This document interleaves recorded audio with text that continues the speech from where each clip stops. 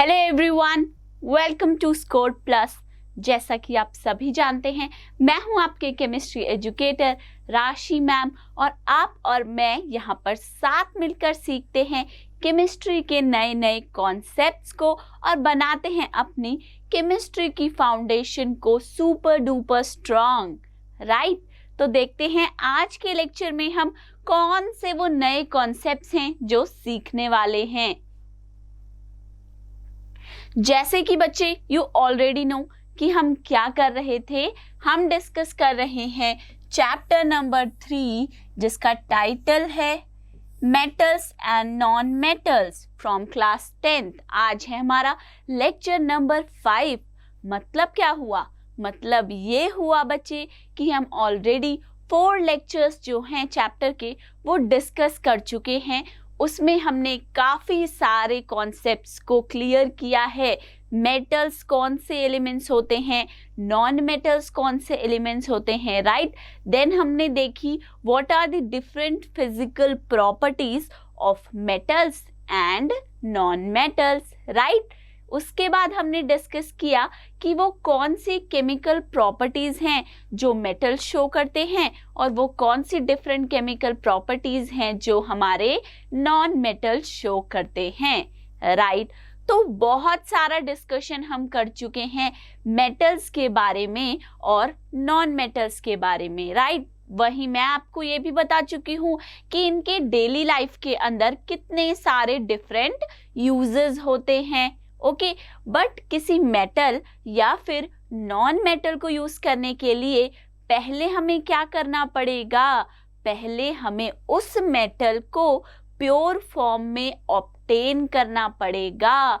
कहाँ से आएगा आखिर वो मेटल, राइट। तो आज के इस लेक्चर में हम क्या करेंगे? आज हम ये सीखेंगे कि कैसे हमें मिलता है कोई भी मेटल, ओके। तो देखते हैं, स्टार्ट करेंगे अकरेंस ऑफ मेटल्स। आखिर मेटल जो हैं वो नेचर में किस रूप में हमें मिलते हैं, कैसे अकर करते हैं, अकरेंस क्या है, किस रूप में पाए जाते हैं हमारे नेचर के अंदर, तो ये सबसे पहले पढ़ते हैं। तो फर्स्ट क्या है बच्चे? मिनरल। द एलिमेंट्स और compounds which occur naturally in the earth crust are known as minerals। अब कोई भी आपसे क्वेश्चन कर सकता है what are minerals, क्या होते हैं बताइए। तो हम क्या बोलते हैं? मिनरल्स का मतलब है वो सभी एलिमेंट्स या फिर कंपाउंड्स, वो सभी एलिमेंट्स और कंपाउंड जो नेचुरली हमें मिलते हैं। कहाँ? अपनी अर्थ की क्रस्ट में, ओके। जो भी हमें मिलेंगे नेचुरली एलिमेंट्स या कंपाउंड्स, उन्हें हम कहेंगे कि ये मिनरल्स हैं, ओके। नेक्स्ट देखते हैं, then we have ores. At some places, minerals contain a very high percentage of particular metal, and the metal can be profitably extracted from it. These minerals are called ores. Okay, minerals क्या थे? वो सभी elements या फिर compounds जो nature में मिलते हैं, जो हमें अर्थ क्रस्ट में पाए जाते हैं, राइट। वो सभी मिनरल्स कहलाते हैं। अब क्या है, कभी कभार क्या होता है बच्चों, कभी कभार ऐसा होता है कि एक मिनरल के अंदर कोई एक मेटल बहुत ही ज्यादा हाई परसेंटेज में प्रेजेंट होता है। हाई परसेंटेज से क्या समझे मैम?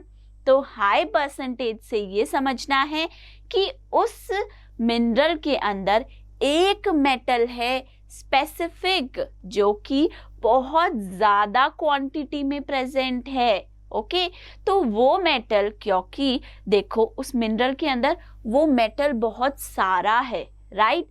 तो हम उसे क्या कर सकते हैं? वहां से एक्सट्रैक्ट कर सकते हैं, प्योर मेटल निकाल सकते हैं उस ओर में से, ओके। तो हम क्या कहते हैं? एट सम प्लेसेस, कहीं कहीं क्या होता है, mineral contain very high percentage of a particular metal. एक किसी पर्टिकुलर मेटल की परसेंटेज जो है, अमाउंट जो है हमारे मिनरल के अंदर काफी ज्यादा होती है, और उसकी वजह से हम क्या कर सकते हैं, उस मेटल को उस मिनरल में से प्रॉफिटेबली एक्सट्रैक्ट कर सकते हैं। फायदा होगा ना, जब कोई मेटल इतना ज्यादा हाई अमाउंट में प्रेजेंट है एक मिनरल में, तो वहां से हम उसे फायदे के तौर में एक्सट्रैक्ट कर सकते हैं। एक्सट्रैक्शन तो फायदेमंद रहेगा उसका। तो ऐसे मिनरल्स को हम क्या कहते हैं, ओर्स। ओके, ऐसे मिनरल्स जिनके अंदर एक कोई metal, particular metal high amount में प्रेजेंट होता है, उन मिनरल्स को हम कहते हैं ओर। जैसे कि ये डिफरेंट मेटल्स के ओर हैं। For example hematite ore. Okay, ये एक ओर है और इसके अंदर जो आयरन होता है Fe, ये प्रेजेंट होता है बहुत ही ज्यादा हाई क्वांटिटी में, हाई अमाउंट में। तो हम क्या कर सकते हैं, जो हेमेटाइट ओर है इसके अंदर से आयरन को निकाल सकते हैं। क्या कर सकते हैं, एक्सट्रैक्ट कर सकते हैं। प्रॉफिटेबल रहेगा ऐसा करना। Okay, then one more example is bauxite ore. Bauxite ore में क्या होता है, aluminium is present in very high percentage. Aluminium बहुत हाई परसेंटेज में प्रेजेंट होता है बॉक्साइट ओर के अंदर। ओके, तो ये बॉक्साइट ओर से हम क्या करेंगे, हम अपने एल्यूमिनियम को एक्सट्रैक्ट कर सकते हैं, निकाल सकते हैं। ओके, तो ये हमने बच्चे दो टर्म सीखनी है कि मिनरल्स क्या होते हैं और ओर्स क्या होते हैं। ओके, नेक्स्ट चलते हैं। Then we have extraction of metals. अब ये तो सीखा कि ओर्स के अंदर कोई एक मेटल होता है छुपा हुआ बहुत ज्यादा परसेंटेज में, मतलब हाई अमाउंट में होता है, और हम वहां से उस मेटल को एक्सट्रैक्ट कर सकते हैं, निकाल सकते हैं, राइट। बट अब बारी आती है किसकी, आखिर निकाल के तो दिखाइए उस मेटल को, एक्सट्रैक्ट करके तो बताइए। ये बताइए कि वो एक्सट्रैक्शन की जो प्रोसेस है मेटल की, वो कैसे की जाएगी। तो अब वही सीखते हैं। The metals at the bottom of activity series are least reactive. बच्चे, हमने एक सीरीज देखी है जिसे हम कहते हैं रिएक्टिविटी सीरीज, राइट। इस रिएक्टिविटी सीरीज में क्या होता है, हमारे मेटल्स को अरेंज किया जाता है in decreasing order of their reactivity. Okay, ये सीरीज में हम क्या करते हैं, on top we have most reactive metals. Top पे क्या रखेंगे, मोस्ट रिएक्टिव मेटल्स को, right. And at the bottom of this series क्या है हमारे पास, least reactive metals.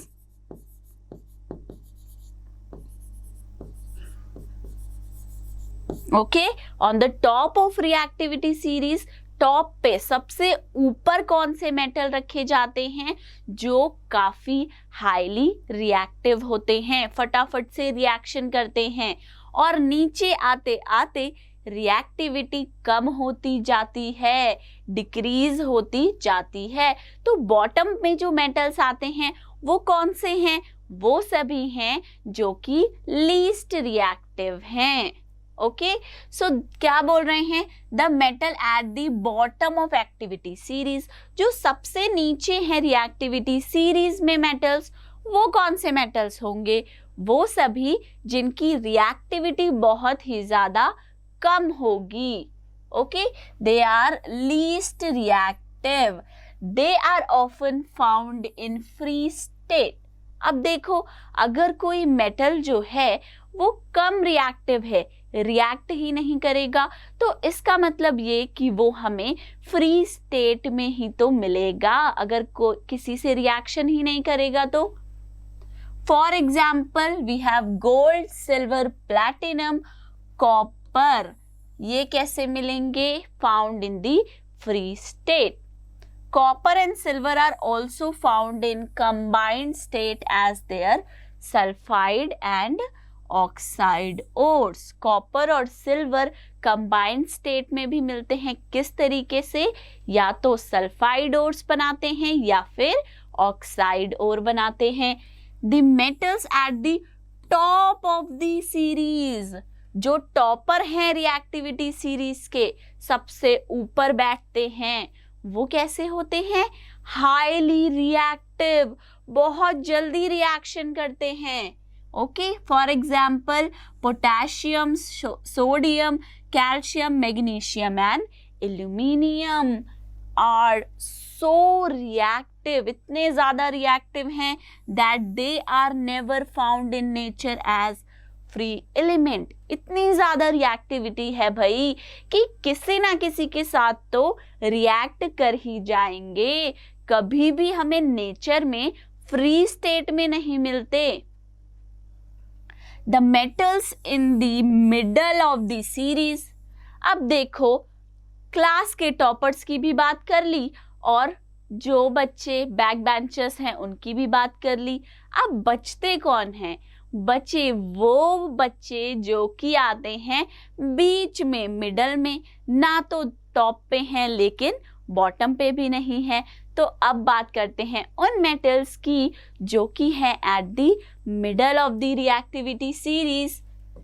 For example zinc, iron and lead are moderately reactive.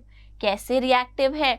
Moderately, मतलब medium reactivity है, हाईली रिएक्टिव भी नहीं है, वहीं लीस्ट रिएक्टिव भी नहीं है. They are found in the earth crust mainly as oxides, sulphide and carbonate. क्या क्या और बनाते हैं? Oxide, sulphide and carbonates. Next चले. Okay, so now we have the reactivity series. क्या है हमारे पास? रिएक्टिविटी सीरीज है मेटल्स की. अब यहां देखकर आप आराम से बता सकते हो एक क्वेश्चन का आंसर. वो क्या? कौन से टॉपर हैं हाईली रिएक्टिव और कौन से हैं लीस्ट रिएक्टिव बैक बेंचर्स, और कौन है वो जो मॉडरेटली रिएक्टिव हैं, जो ना तो हाई रिएक्टिविटी शो करते हैं ना ही बहुत कम रिएक्टिविटी शो करते हैं. So on the basis of reactivity, किसके बेसिस पे बच्चे? रिएक्टिविटी के बेसिस पे we can group the metal into following categories. हमने अपने मेटल्स जो थे ना सभी, उनको 3 कैटेगरीज के अंदर डिवाइड कर दिया. वो क्या? लो रिएक्टिविटी के मेटल्स, मीडियम रिएक्टिविटी के और हाई रिएक्टिविटी के मेटल्स. ओके, सो यहाँ देखिए, ये जो नीचे मिलेंगे ये कैसे होंगे? लो रिएक्टिविटी मेटल्स. ओके, इनकी रिएक्टिविटी कैसी है? ये हैं लीस्ट रिएक्टिव. क्योंकि ये लीस्ट रिएक्टिव हैं तो रिएक्शन करना तो ज्यादा इन्हें पसंद है नहीं, तो ये कैसे मिलेंगे नेचर में? फ्री स्टेट में, अकेले रहना पसंद करते हैं. Okay, found in native state, free state में मिलेंगे. Then we have some toppers of reactivity series, जो टॉप पर बैठे हैं किसकी? रिएक्टिविटी सीरीज के. तो यानी कि ये सभी तो हैं हाईली रिएक्टिव एलिमेंट्स. ओके, तो अगर ये हाईली रिएक्टिव एलिमेंट्स हैं तो यहां से हमें क्या पता चलेगा? दैट ये जो है काफ़ी सारे डिफरेंट ओर्स फॉर्म कर सकते हैं। जनरली क्या मेथड यूज होगा एक्सट्रैक्शन का? Electrolysis method. Okay, now we have some बीच के, जो बीच में मीडियम रेंज के हैं, they are moderately reactive metals. अब जो मॉडरेटली रिएक्टिव मेटल्स हैं, इनकी एक्सट्रैक्शन कैसे होगी? Reduction using carbon. कार्बन से रिडक्शन करा के इन्हें एक्सट्रैक्ट किया जाता है। ओके, अब वन बाय वन देखते हैं क्या क्या हमारी प्रोसेस है।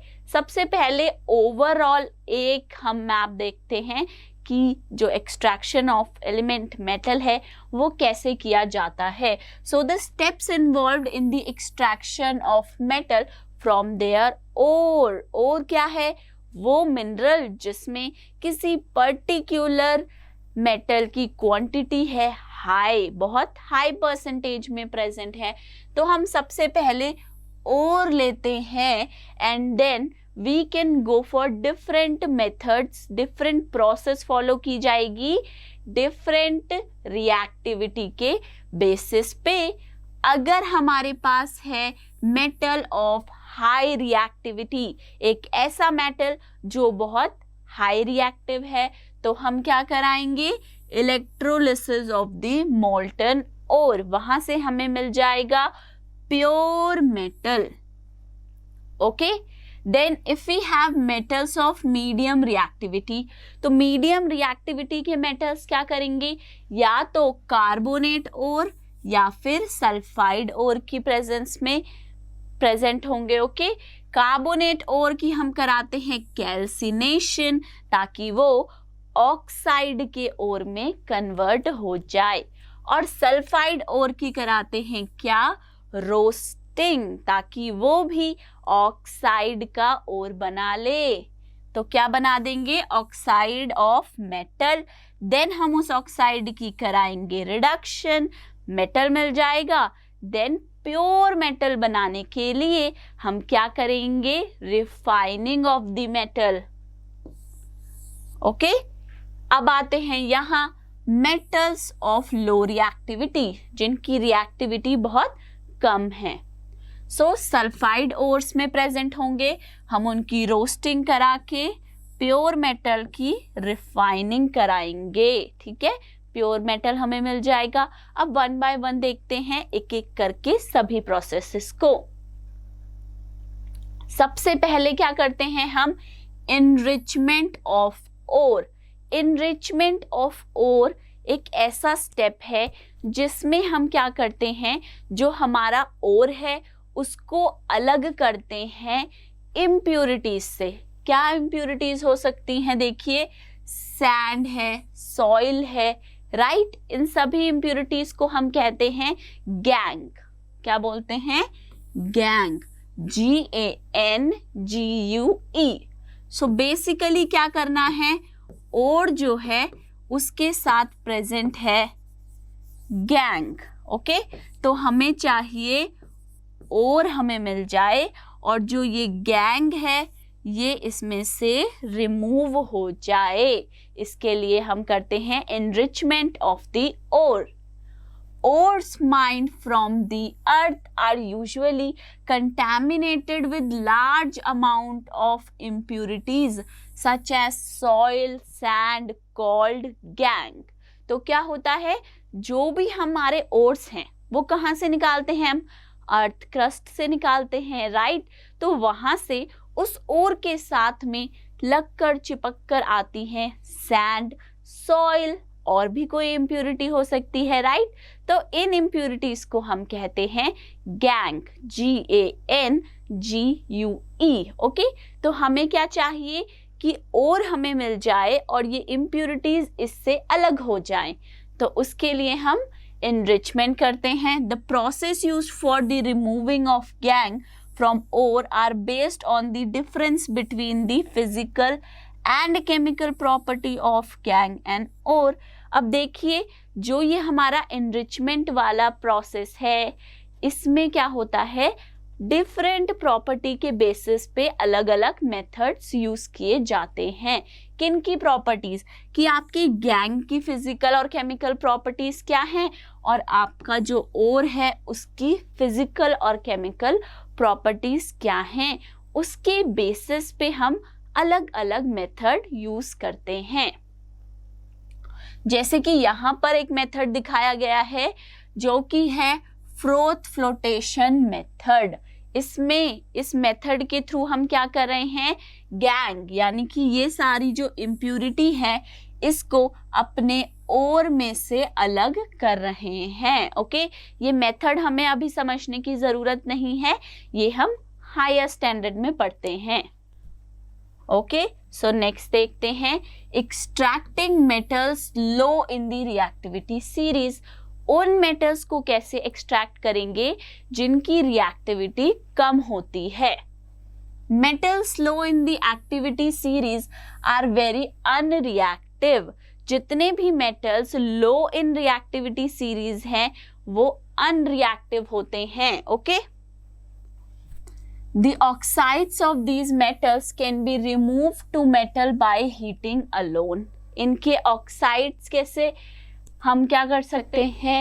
The oxide of these metals can be reduced to metal by heating alone. हम क्या करेंगे? इनके oxide से metal को reduce करेंगे, ठीक है, by heating alone, सिर्फ गर्म करने से। फॉर एग्जाम्पल है हमारे पास सिनेबार और ये क्या है? सिनेबार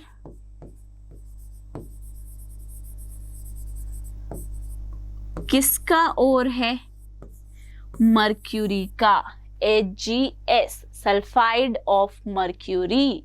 ओके, सो हम क्या कर रहे हैं, इस HgS को पहले हम हीट कर रहे हैं ऑक्साइड में कन्वर्ट करने के लिए, राइट। तो क्या होगा, ये तो बना लेगा मर्क्यूरी ऑक्साइड, ऑक्साइड फॉर्म कर लेगा, और जो ये सल्फर प्रेजेंट है ये सल्फर डाइऑक्साइड की फॉर्म में गैस रिलीज हो जाएगी, निकल जाएगी। ओके, सो हमारे पास आ जाएगा HgO plus SO2 gas. Then जो HgO है इसे हम हीट करेंगे तो हमारे पास मर्क्यूरी आ जाएगा और ऑक्सीजन गैस रिमूव हो जाएगी। ओके, नेक्स्ट चलते हैं। सिमिलरली कॉपर के लिए भी है which is found as Cu2S। Copper भी कैसे मिल रहा है? सल्फाइड की फॉर्म में। In nature can be obtain from its ore just by heating in the air. जैसे हमने मर्क्यूरी के ओर से मर्क्यूरी कैसे निकाला, एक्सट्रैक्ट किया, उसे जस्ट एयर में हीट करके सेम ही हम क्या करेंगे, कॉपर सल्फाइड को ऑक्सीजन की प्रेजेंस में हीट करेंगे ताकि सल्फाइड से बन जाए ऑक्साइड। ओके, हमें क्या चाहिए? ऑक्साइड। तो हमने कॉपर सल्फाइड को ऑक्सीजन की प्रेजेंस में हीट करके बना लिया क्या? Copper oxide plus sulphur dioxide gas will be released. Sulphur कैसे निकलेगा? सल्फर डाइऑक्साइड गैस की फॉर्म में। देन हम क्या करेंगे, कॉपर ऑक्साइड कॉपर सल्फाइड की प्रेजेंस में क्या करेगा, it will form copper solid plus SO2 gas release हो जाएगी। तो क्या हो रहा है, सबसे पहले ये Cu2S ऑक्सीजन से रिएक्ट करके कॉपर का ऑक्साइड और सल्फर डाइऑक्साइड फॉर्म कर रहा है। फिर जो कॉपर ऑक्साइड बना वो इसके साथ दोबारा से रिएक्ट कर रहा है कॉपर सल्फाइड के साथ और बना रहा है कॉपर सॉलिड, और साथ में SO2 gas will be released, sulphur dioxide gas निकलेगी। नेक्स्ट चलते हैं। Now extracting metals in the middle of the activity series. अभी हमने पहले किसका देखा एग्जाम्पल कि कैसे हम उन मेटल्स को एक्सट्रैक्ट करेंगे जो लो इन रिएक्टिविटी सीरीज है, राइट। सिंपल उनके सल्फाइड्स को लेके एयर में हीट करने से वो ऑक्साइड बनाते हैं and from their oxide we can get the metal. Okay अब हम नेक्स्ट देखते हैं कि जो मेटल्स मिडल में प्रेजेंट है रिएक्टिविटी सीरीज के, उन्हें कैसे एक्सट्रैक्ट करेंगे. The metals in the middle of the activity series such as iron, zinc, lead, copper are moderately reactive. तभी तो रिएक्टिविटी सीरीज के मिडल में है क्योंकि उनकी रिएक्टिविटी मॉडरेट है, ना बहुत ज्यादा रिएक्टिव हैं और ना ही बहुत कम रिएक्टिव हैं. They are moderately reactive. These are usually present as sulphide and carbonate in the nature. ये इंपॉर्टेंट है. किस फॉर्म में मिलेंगे नेचर में? या तो सल्फाइड की फॉर्म में या फिर कार्बोनेट की फॉर्म में. It is easier to obtain the metal from its oxide as compared to sulfide and carbonates. हमारे लिए आसान क्या है? किसी मेटल को ऑब्टेन करना उसके ऑक्साइड से, क्योंकि हम क्या कराते हैं? ऑक्साइड की रिडक्शन करा देते हैं, राइट? और वहां से हमें प्योर मेटल मिल जाता है. लेकिन सल्फाइड और कार्बोनेट से मेटल एक्सट्रैक्ट करना थोड़ा हमें मुश्किल लगता है. तो हम क्या करेंगे? जो ये सल्फाइड या कार्बोनेट के ओर्स हैं, इन्हें कन्वर्ट करेंगे इनटू ऑक्साइड. क्या करना है हमें? हमारे पास है सल्फाइड और कार्बोनेट ऑफ मेटल, राइट? हम क्या करेंगे? सल्फाइड और कार्बोनेट को कन्वर्ट कर देंगे इनटू ऑक्साइड ओर. ठीक है, फिर इस ऑक्साइड ओर की रिडक्शन करा देंगे. यहां से हमें मेटल मिल जाएगा. Okay, therefore prior to reduction कराने से पहले the metal sulphide and carbonates must be converted into metal oxide. Reduction से पहले सल्फाइड और कार्बोनेट को कन्वर्ट करना पड़ेगा इनटू दी ऑक्साइड. नेक्स्ट चलते हैं रोस्टिंग एंड कैल्सिनेशन. ये दोनों प्रोसेस इंपॉर्टेंट हैं. क्या है आखिर ये प्रोसेस? हमने देखा जो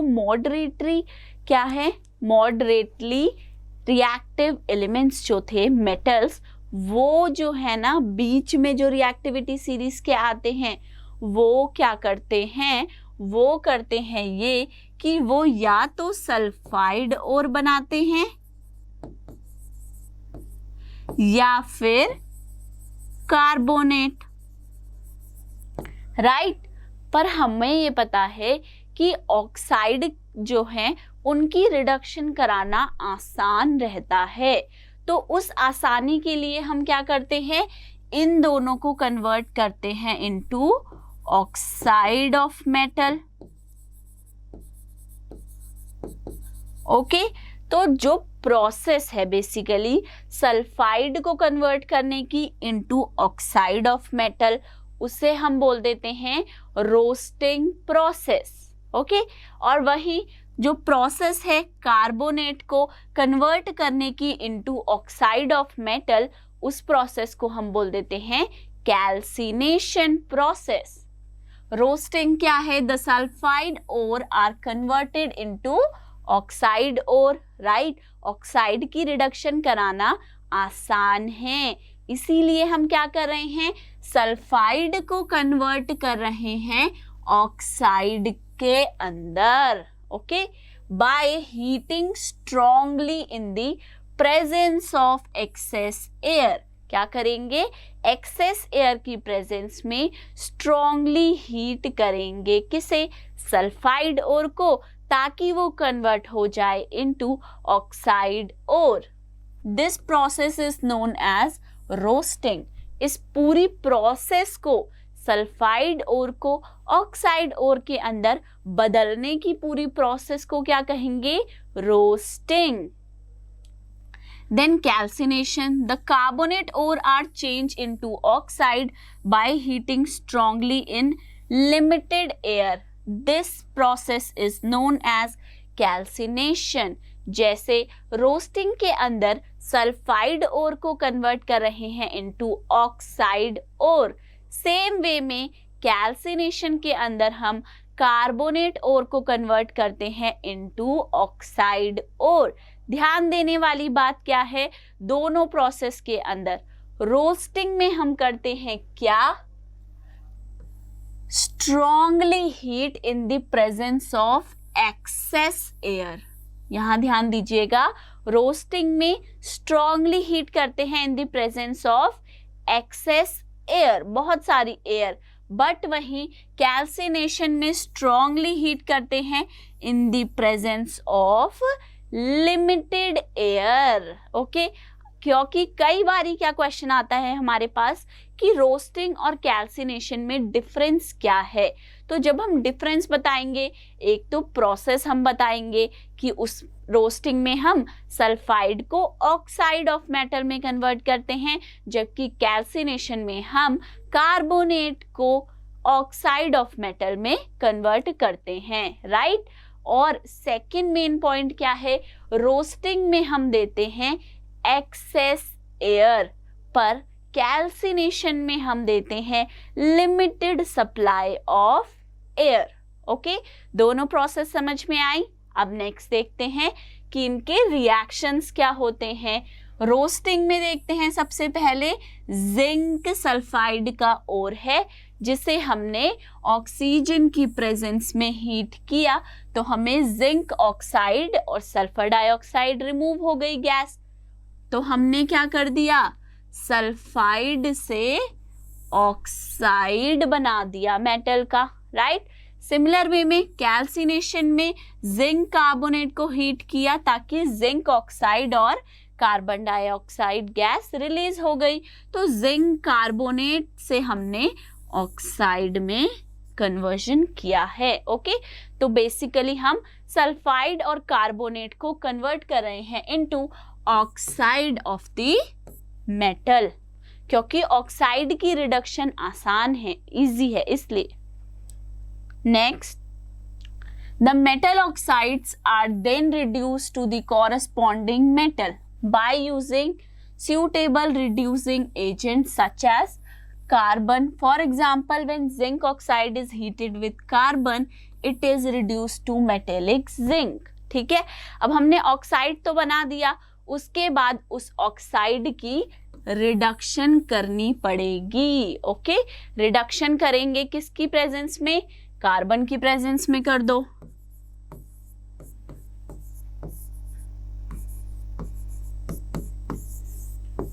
क्या होगा, CO2 गैस रिलीज हो जाएगी। तो हमने क्या किया है, इस ऑक्साइड की, जो हमने ऑक्साइड बनाया कहाँ से, सल्फाइड और कार्बोनेट ओर की कैल्सिनेशन या फिर रोस्टिंग करा के हमने उन्हें कन्वर्ट किया ऑक्साइड ऑफ द मेटल में।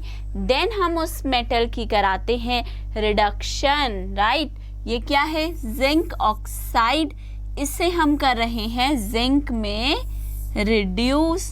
क्या हो गई इसकी, मेटल ऑक्साइड की रिडक्शन करा दी हमने इन प्रेजेंस ऑफ कार्बन, जो किस में कन्वर्ट हो गया, कार्बन डाइऑक्साइड, तो इसकी क्या हो गई, ऑक्सीडेशन। ओके, सो हमने क्या करा दिया है, जिंक ऑक्साइड को रिड्यूस करा दिया जिंक मेटल में। ओके, तो हमें यहां से क्या मिला, जिंक सॉलिड। हमने प्योर फॉर्म में मेटल को अभी एक्सट्रैक्ट नहीं किया है, अभी सिर्फ हमने सॉलिड मेटल निकाला है, इसे प्यूरिफाई भी करना पड़ेगा। नेक्स्ट चले, अब देखते हैं sometime displacement reactions can also be used. कहाँ पर, देखो जब हमने ऑक्साइड का ओर बनाया तो हमने उसकी रिडक्शन कराई, right, in the presence of carbon, कोई भी रिड्यूसिंग एजेंट हो सकता है, बट कभी कभार हम क्या कर सकते हैं, रिड्यूसिंग एजेंट से रिडक्शन कराने की जगह पे एक डिस्प्लेसमेंट रिएक्शन को भी यूज कर सकते हैं। अब हमें पता है डिस्प्लेसमेंट रिएक्शन क्या होती है।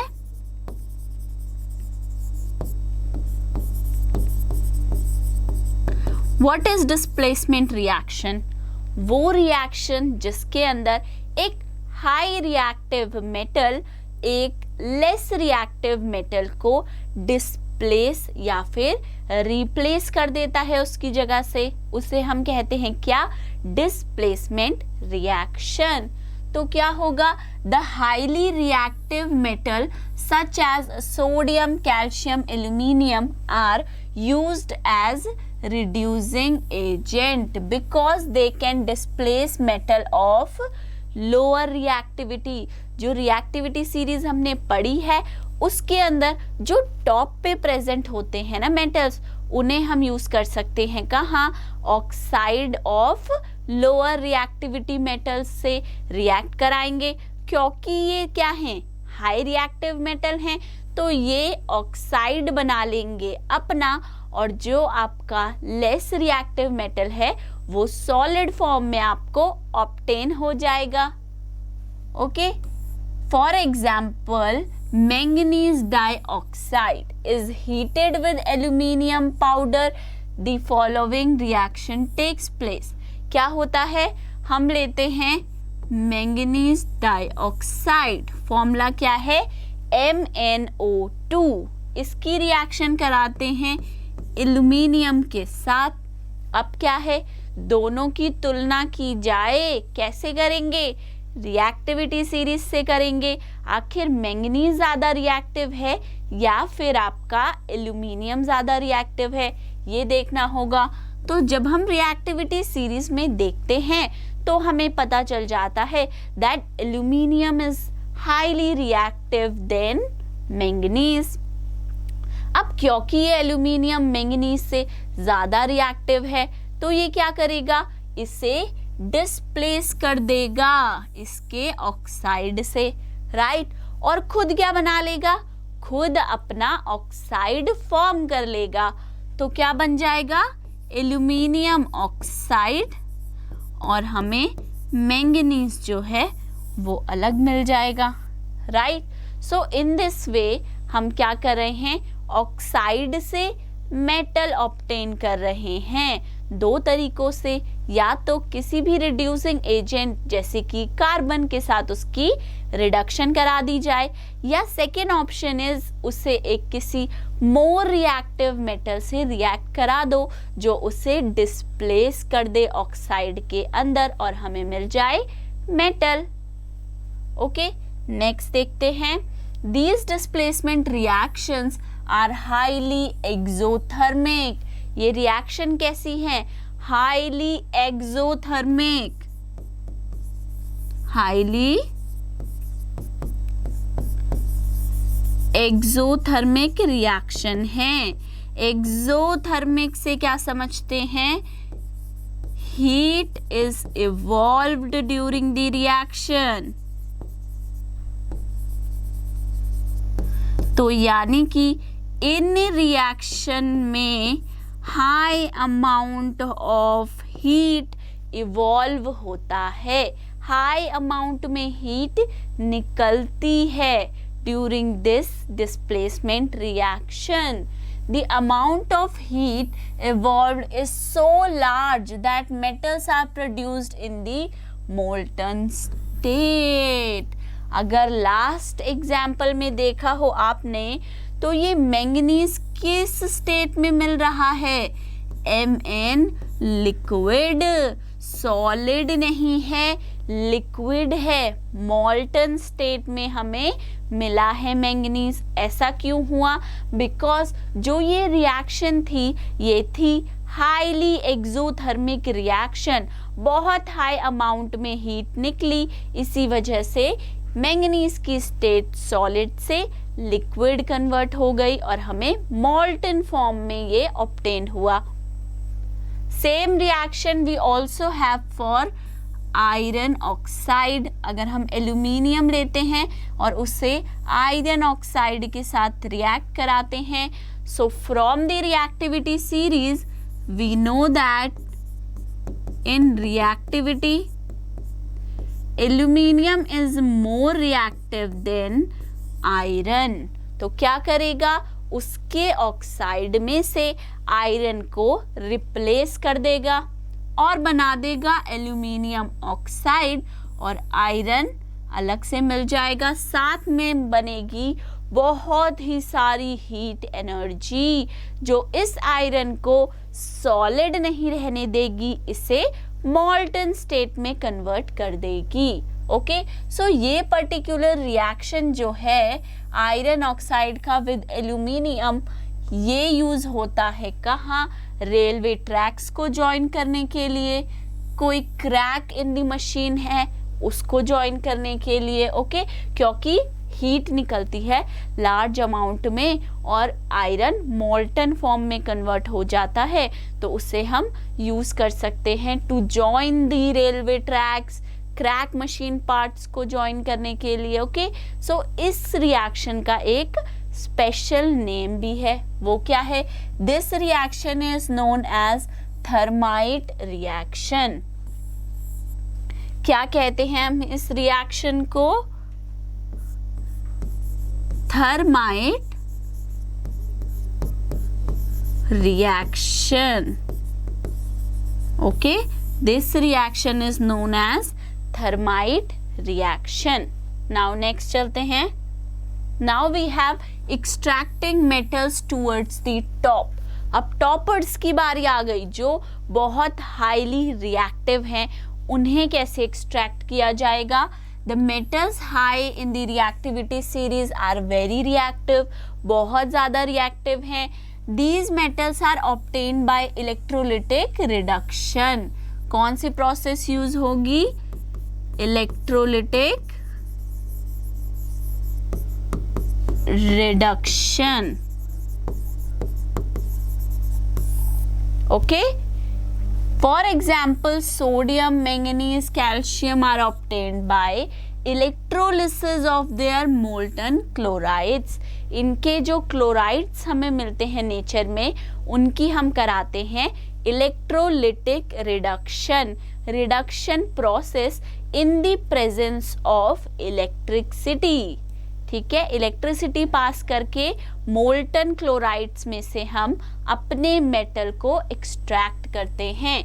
The metals are deposited at the cathode, the negative charge electrode, whereas the chlorine is liberated at the anode which is the positively charged electrode. The reaction is, we have the reaction as, cathode पे क्या होगा, sodium ion एक electron gain करके sodium metal form करेगा, और anode पे chloride ions chlorine gas बनाएंगे, साथ में 2 इलेक्ट्रॉन्स निकलेंगे, लिबरेट होंगे।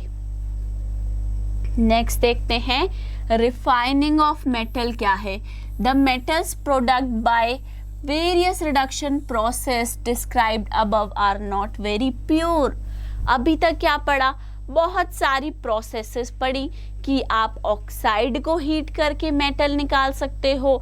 देन हमने देखा कि कई जो मेटल्स हैं वो सल्फाइड या कार्बोनेट ओर्स मिलते हैं हमें, फिर हमें उनकी रोस्टिंग या कैल्सिनेशन करते हैं, ऑक्साइड में कन्वर्ट करते हैं, देन उनकी रिडक्शन करवाई हमने to get the metal, right. Then हमने देखा हाईली रिएक्टिव जो मेटल्स हैं उनकी कैसे हम वो करेंगे, they will be like extracted. कैसे एक्सट्रैक्ट करते हैं हम हाईली रिएक्टिव मेटल्स को, by electrolytic refining, electrolytic refining से ऑब्टेन करेंगे। अब ये कह रहे हैं जो भी आपने प्रोसेसेस करी, बहुत सारी तरह तरह की अलग अलग प्रोसेस करी मेटल को ऑब्टेन करने के लिए, पर जो वो मेटल अभी ऑब्टेन हुआ है वो अभी भी प्योर मेटल नहीं है। तो उसे प्योर मेटल कैसे बनाना है, Most widely used method for refining impure metal is electrolytic refining. Electrolytic refining के थ्रू हम अपने impure metal से प्योर मेटल लेकर आएंगे. Electrolytic refining. ओके, हम क्या करेंगे, जो इम्प्योर मेटल है उसको कन्वर्ट करेंगे into pure metal. Okay, many metals such as copper, zinc, tin, nickel, silver, gold are refined electrolytically. In this process, the impure metal is made the anode and the thin strip of pure metal is made the cathode. A solution of metal salt is used as electrolyte. Okay, हम क्या करेंगे इस process के अंदर बच्चे, जो impure metal है, impure metal कहाँ से आया, आपने जो इतनी सारी एक्सट्रैक्शन की प्रोसेस करी वहाँ से आया इम्प्योर मेटल. तो उस इम्प्योर मेटल को अपना एनोड बनाएंगे और जो प्योर मेटल है, एक थिन पतली सी स्ट्रिप लेंगे प्योर मेटल की भी, उस प्योर मेटल को अपना कैथोड बनाएंगे और उस दोनों को डिप करके रखेंगे एक सॉल्यूशन में. किसके, मेटल सॉल्ट के, जो कि इलेक्ट्रोलाइट का काम करेगा. इलेक्ट्रोलाइट का काम क्या होता है, आयंस का ट्रांसफर कराना easily. On passing the current through the electrolyte, the pure metal from the anode dissolves into the electrolyte. जब हम करंट पास करेंगे तो क्या होगा, जो एनोड है वहाँ पे से जो प्योर मेटल होगा वो तो इस सॉल्यूशन के अंदर डिसॉल्व हो जाएगा. प्योर मेटल जो एनोड में इम्प्योर वाला हमने मेटल लगाया, वहाँ से जो प्योर मेटल है वो कहाँ जाएगा, इलेक्ट्रोलाइट के सॉल्यूशन के अंदर. An equivalent amount of pure metal from the electrolyte is deposited on the cathode. अब देखिए, जब ये यहाँ से आयंस को इलेक्ट्रोलाइट के अंदर भेजेगा तो एट द सेम टाइम क्या होगा, उतना ही अमाउंट कहाँ जाएगा, उस इलेक्ट्रोलाइट में से कैथोड के ऊपर to form the solid metal. The soluble impurities go into the solution, whereas insoluble impurities settle down at the bottom of anode and are known as anode mud. अब क्या होगा, जो soluble impurities हैं, जो impurities घुल सकती हैं इस solution में इलेक्ट्रोलाइट के, वो तो solution में चली जाएंगी, और जो insoluble impurities हैं वो कहाँ चली जाएंगी, वो यहाँ नीचे बॉटम में बैठ जाएंगी. किसके नीचे आकर बैठेंगी, एनोड के. क्यों भाई, कैथोड के नीचे क्यों नहीं जा रहे, वहाँ भी जाइए. अरे एनोड के नीचे इसलिए आके बैठी हैं क्योंकि हमने एनोड पे ही तो लिया है इम्प्योर मेटल जिसके अंदर इम्प्योरिटीज हैं. तो जो ये insoluble impurities bottom of anode पे आके बैठ जाती हैं, इन्हें हम क्या कहते हैं, एनोड मड. क्या कहते हैं इसे, एनोड मड. ओके, तो ये क्या है, electrolytic refining of the metals. Then we will study corrosion. क्या होता है, कोरोजन एक ऐसा प्रोसेस है जिसमें जो हमारे मेटल्स हैं वो रिएक्ट करते हैं किसके साथ बच्चे, एयर के साथ, मॉइस्चर के साथ, एसिड्स के साथ, डिफरेंट केमिकल्स के साथ, और कुछ ऐसे कंपाउंड्स फॉर्म करते हैं जिनसे क्या होता है, मेटल को नुकसान पहुंचता है, कोरोजन ऑफ द मेटल हो जाता है. सबसे पहले we have silver articles become black. तो कोरोजन के बाद सिल्वर का कलर क्या हो जाएगा, black. Black in colour after some time when exposed to air. This is because it reacts with sulfur in air to form silver sulfide. Okay, तो क्या इसमें से ध्यान रखना है आपको, कि सिल्वर का जब कोरोजन होता है, किसी भी सिल्वर आर्टिकल का, हम आसपास देख सकते हैं, जैसे कि सिल्वर कॉइन्स होते हैं, या कोई सिल्वर का मेडल होगा आपके पास, या कोई सिल्वर की ज्वेलरी होती है, सबसे कॉमन, राइट। सिल्वर की जो ज्वेलरी होती है वो कुछ टाइम के बाद हम देखते हैं, कुछ दिनों अगर हम उसे ओपन में रखेंगे, उसके ऊपर एक ब्लैकिश लेयर आनी स्टार्ट हो जाती है। वो ब्लैकिश लेयर क्या है? वो है सिल्वर सल्फाइड। ओके, उस सिल्वर सल्फाइड के बनने की वजह से जो शाइनी सिल्वर था वो ब्लैकिश लेयर से कोट हो जाता है, उसका कोरोजन हो जाता है। Copper react with moist carbon dioxide in air slowly and lose its shine brown surface and gains a green coat. This green substance is copper carbonate. जैसे सिल्वर जो है वो क्या कर रहा है?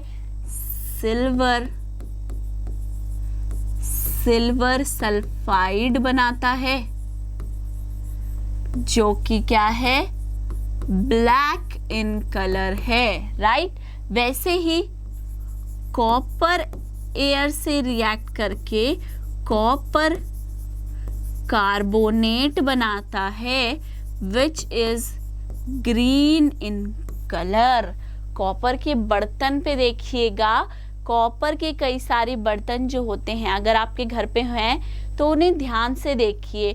जो पुराने हो जाते हैं, जो नए नए कॉपर के बर्तन लाते हैं, जैसे कोई घड़ा है, जनरली हम कॉपर का घड़ा यूज़ करते हैं, कॉपर चार्ज वाटर पीने के लिए, और आजकल तो कॉपर की काफ़ी सारी बॉटल्स भी आने लग गई हैं, है ना। तो जब वो न्यू है, न्यू घड़ा या न्यू कॉपर बॉटल है, उस टाइम तो वो होती है कैसी? शाइनी ब्राउन कलर की, चमचमाती हुई होती है और ब्राउन सरफेस होता है। कुछ टाइम के बाद उसके ऊपर एक ग्रीनिश लेयर बननी स्टार्ट हो जाती है। कैसे बन रही है वो ग्रीनिश लेयर? क्योंकि जो कॉपर है वो स्लोली रिएक्ट कर रहा है with the carbon dioxide gas जो हमारी एयर में प्रेजेंस है, और उससे क्या बनाता है? कॉपर बनाता है, कॉपर कार्बोनेट, जो कि है green in colour. Then we have iron when exposed to moist air for long time acquires a coating of brown flaky substance called rust. ये तो हर किसी ने ही देखा है। आयरन नेल नई तो होती है सिल्वर कलर की, ग्रेइश कलर की, चमकदार, पर जैसे ही थोड़ा टाइम होता है it will turn rusty and brown in colour, right. क्योंकि वो क्या बनाता है? जो आयरन है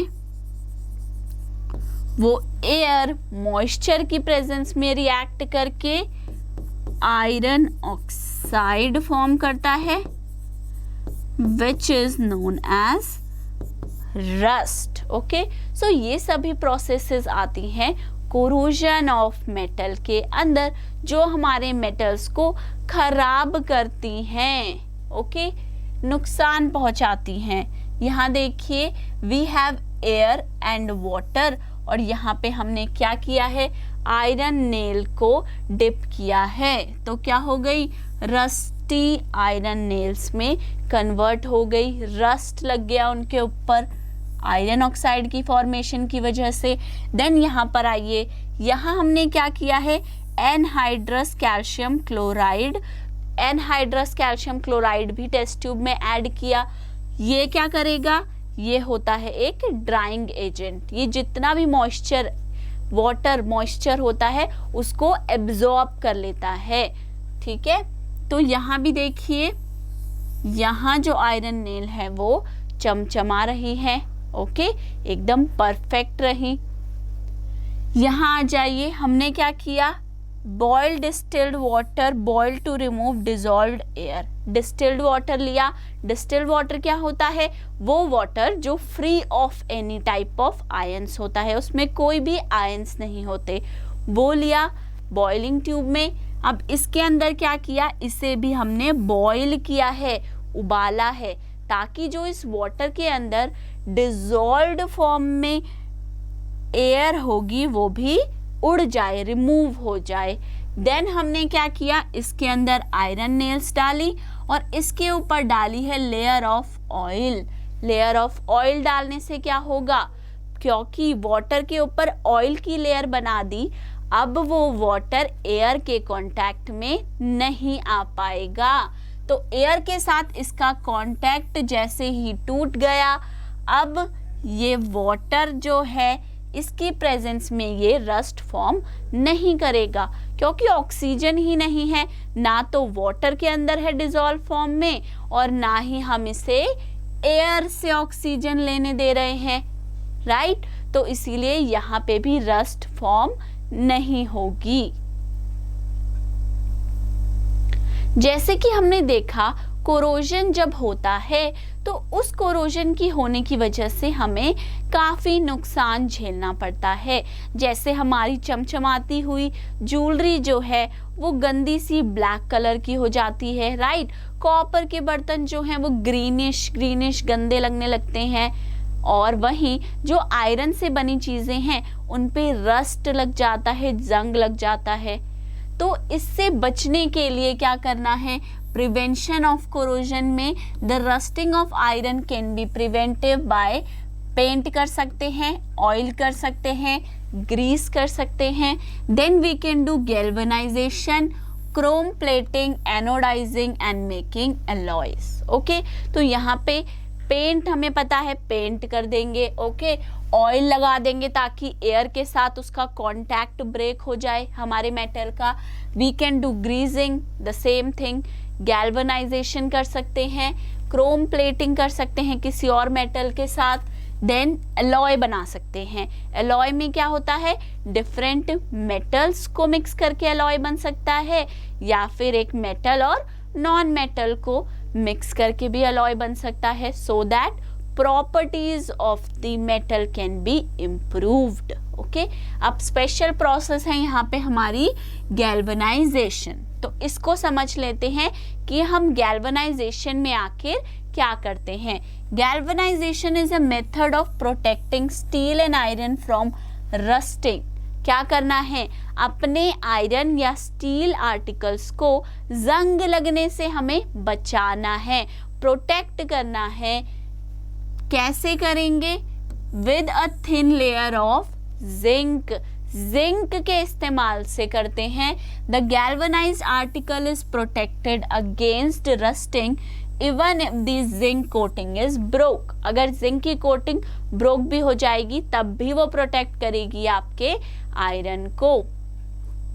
देखो बच्चे, आयरन जो है इसकी रस्टिंग कब होगी, जब ये ऑक्सीजन या मॉइस्चर की प्रेजेंस में आयरन का ऑक्साइड बनाएगा, जिसे हम रस्ट कहते हैं। तो अगर हमें इस आयरन की रस्टिंग को रोकना है, प्रिवेंट करना है, तो हमें क्या करना होगा, इसका ऑक्सीजन और वाटर के साथ कांटेक्ट ब्रेक करना होगा, रोकना होगा। तो हम गैल्वेनाइजेशन में क्या करते हैं, इस आयरन के ऊपर एक थिन लेयर हम चढ़ाते हैं, किसकी, जिंक की। ओके, सो अब क्या होगा, जिंक जो है that is more reactive than iron. तो ये क्या करेगा, देखिए हमने सीखी क्या, रिएक्टिविटी सीरीज। यहाँ ये देखिए जिंक कहाँ है, ठीक आयरन के ऊपर, यानी कि zinc is more reactive than iron. Okay, so ये जिंक जो है, जो कि आयरन से ज्यादा रिएक्टिव है, ये खुद इसकी ऑक्सीडेशन हो जाएगी पर आयरन की नहीं हो पाएगी। आयरन को क्या करेगा, ऑक्सीडाइज होने से प्रोटेक्ट करेगा। सो हमारे इस chapter metals and non metals का this was the last theory lecture. हमने सारा कंटेंट अपना जो है, जितना भी केमिस्ट्री के कॉन्सेप्ट्स थे इन मेटल्स एंड नॉन मेटल्स, वो सभी तो हमने डिस्कस कर लिए हैं। अगर आपको किसी भी लेक्चर के नोट्स चाहिए तो आप जा सकते हैं स्कोप्लस की ऐप पे और वहां से पीडीएफ फॉर्म में हमारे नोट्स डाउनलोड कर सकते हैं। ओके, अब मिलते हैं अपने नेक्स्ट अब मिलते हैं अपने नेक्स्ट लेक्चर में हम बच्चे, जहाँ पे हम क्या करेंगे, सभी एनसीईआरटी के क्वेश्चंस को अच्छे से डिटेल में सॉल्व करेंगे। Okay, bye bye, take care.